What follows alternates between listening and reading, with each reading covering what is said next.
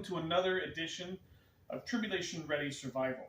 I'm Michael, and today I have for you a couple of small items, and this won't be a very long video, but I think they're very, very important. Okay?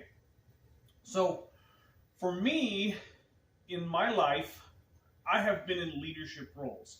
This video is going to be about leadership.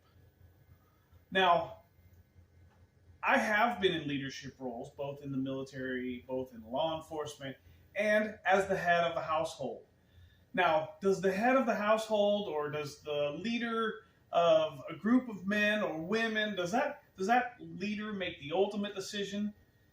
No. They get information from someplace else and they do what they're told, but they also have some leeway to make some changes and do some things like that. But ultimately, leadership doesn't mean final decision. And the final decision of everything is left in God's hands. And when I say that, the role, when I retired, I thought I was done with leadership.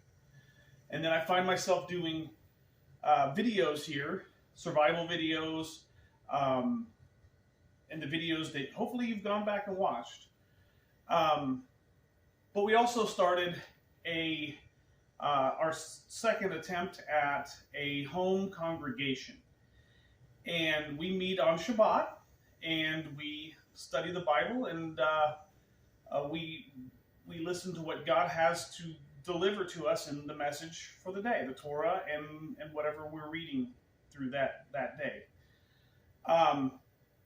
In the previous time, we were kind of like co-leaders, but in this particular instance of having a home congregation, my wife and I found ourselves, and God made things happen in our lives and in the congregation to the lights just went out, to thrust my wife and I into leadership roles. Now, I'm sitting here thinking, I am not the most studious biblical person on the planet. I don't have a college degree in Bible study or anything like that. I read my Bible as much as I can, and then I learn as much as I can in the Bible. I mean, that's really much what you can do, and you pray a lot. So, because I don't think I have the qualifications, it's kind of a weird spot for me. Well, I found a couple of things.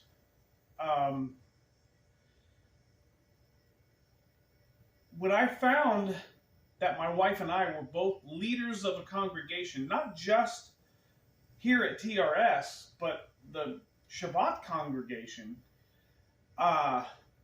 it was a weird spot. I kind of felt like Moses. I'm not articulate enough. I don't have this. I don't have that. God, why did you put me in this spot? He put me there for a reason.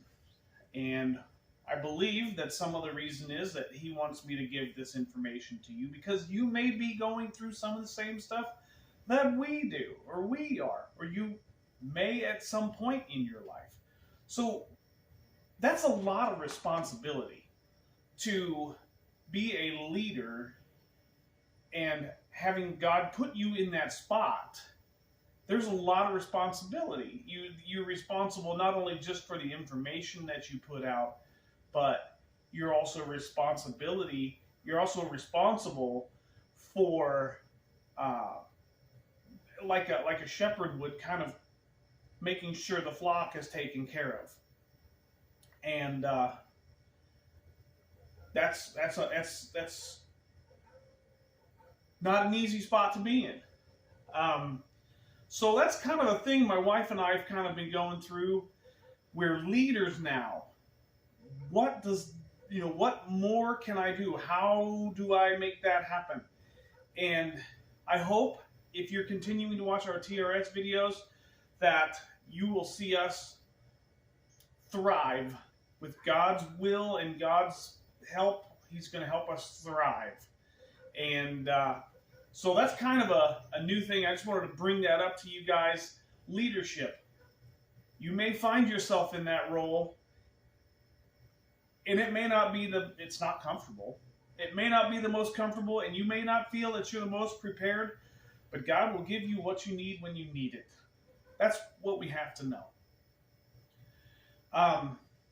So in that same kind of realm here, this last week has been something. I believe God's people are being forged. We're being shaped. We're being tested to see where we're going to be. Not going to go through a whole long list of what all happened. I did break my thumb, the other thumb, this one. And it's just one of many, many things that happened in the last week. But there was a lesson to be learned in all that. I'm not going to go through all bad stuff happened. That's not what this video is about. Here's the deal. When you have people around you who are God-fearing, God-following, Torah-following, when you have that group of people, you are not alone. You have God, obviously, but those people are around you for a reason. They are your brothers, they are your sisters, and you should be able to rely on them. You may be able to, you need to be able to rely on them. And a lesson that I had to go through personally this week is I had gotten to a place where I was like, I think I got this. And I do this oftentimes, I get to this place, and maybe you get there too, because I'm hopefully relating to you here. You get to a place where you're like, I'm good, in anything in your life. And then, bang, something happens, and no, you're not. Well, that's kind of where I was this week. I was like, I'm good here, I'm good here. I think I got this. And God put some things in front of me. He's like, nah, you need to pass this test, dude. You need to pass this test. And here's one of the things that came to me and that happened to me. I had a situation where I needed to rely on someone else besides somebody in my immediate family, somebody from the congregation. And that's hard for me because I like to be, my personality is I like to be self-reliant as much as possible. And you've seen my videos. Sometimes you've got to rely on your brother, on your sister, very close friends, and I don't feel comfortable doing that. It's not that I don't feel comfortable with them, but I want to be self-reliant with God's assistance. But the lesson I learned this week is, one, humility. You don't got this. You don't. No matter what you have, you don't got this. You got to rely on God, and you have to rely on the blessings that He's brought you, meaning your brothers and sisters. And that's a lesson that I've really had to be taught this week. So we're learning, we're growing, and it's not always easy, and it's not always comfortable, and it's not always fun.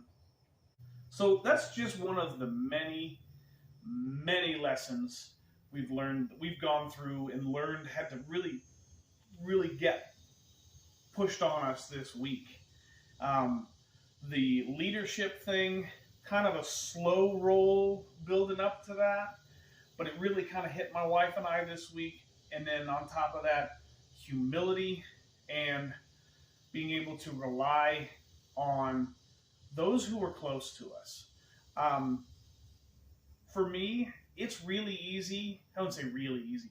For me, it's easier to bless somebody with helping them out with something. Bless somebody by helping them out or giving them what they need. That's to me, that's like almost second nature.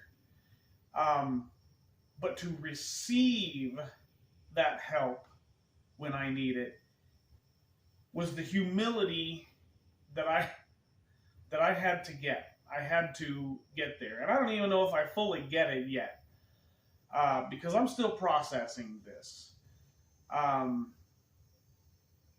Wow, those are really hard. Those are lessons that I have had to learn this week.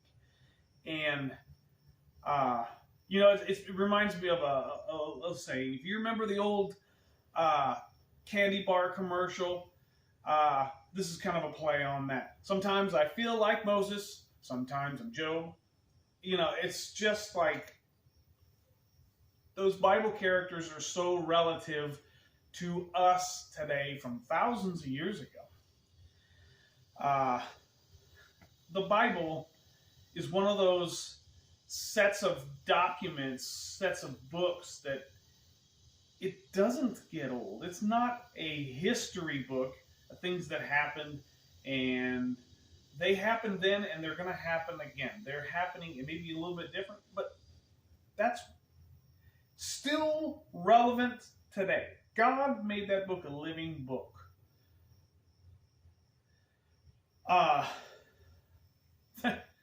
So many lessons that we've learned this week. And here's another thing that I just wanted to bring to you guys. If you see what's going on in the world, I'm not going to be political here. There are a lot of things that you can see that are just not normal. So here's the deal. You have heard me say it.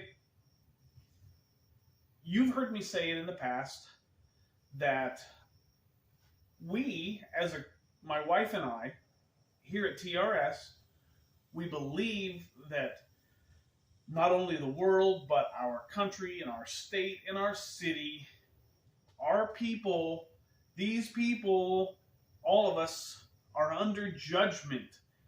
These things that are happening are judgments that are being handed out. And is it going to get worse? Maybe. For those non-believers, yeah, it's definitely going to get worse. So my whole thing about that is I sat and I pondered what happens in the Bible. In the Bible, when there are judgments handed out, do people pray against God's judgment? Because here's the deal. God is going to do what God is going to do. His plan is already set out. His plan isn't going to change because of you. It's not going to change because of you. So who are we to pray against God's judgment? It might look evil. It might look awful. It might look surprising. It might look all kinds of things. Seeing bloodshed and fires and all these things going on. And God's judgment is happening on the earth. And who are we to pray against that? I don't know about you, but I'm not going to pray against God's judgment.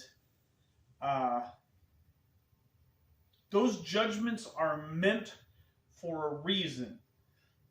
I think, just like any other trial or tribulation or judgment, that is meant to be a consequence for things that you have done or that have been done. Let's just say it's a consequence. And you have two choices. You still have the choice. You have the choice to follow God, or you have the choice to not follow God. And if you continue to not follow God, it gets worse. Think of the book of Exodus, when Pharaoh said, nah, it's just another thing, it's just another thing, it's just another thing, hardens his heart, and it just gets worse and worse and worse and worse for his people. Those people weren't following God. Those people weren't Torah followers. Those people weren't God's people. And these bad things kept happening to them. So, you don't find Moses praying against those judgments at all. And if I'm wrong on that, comment down below. Hit me up on Facebook on the TRS page, and we can discuss that, because I'm not perfect. I'm still learning. But I don't remember ever reading that in there. So, with that being said, guys, wanted to put out some information to you guys. God put this on my heart to put this in video form for you guys to see. Usually I get like 8 views, somewhere between 8 and 13 views on these videos. Gonna keep making those videos, no matter what. I could get half a view, but I'm gonna keep making these videos, guys. And hopefully they're relative to you, hopefully they're relevant to you, and hopefully that sparks your thought process and gets you into the Word. And with that being said, guys, I hope you have a wonderful week. I hope you have a wonderful Shabbat coming up.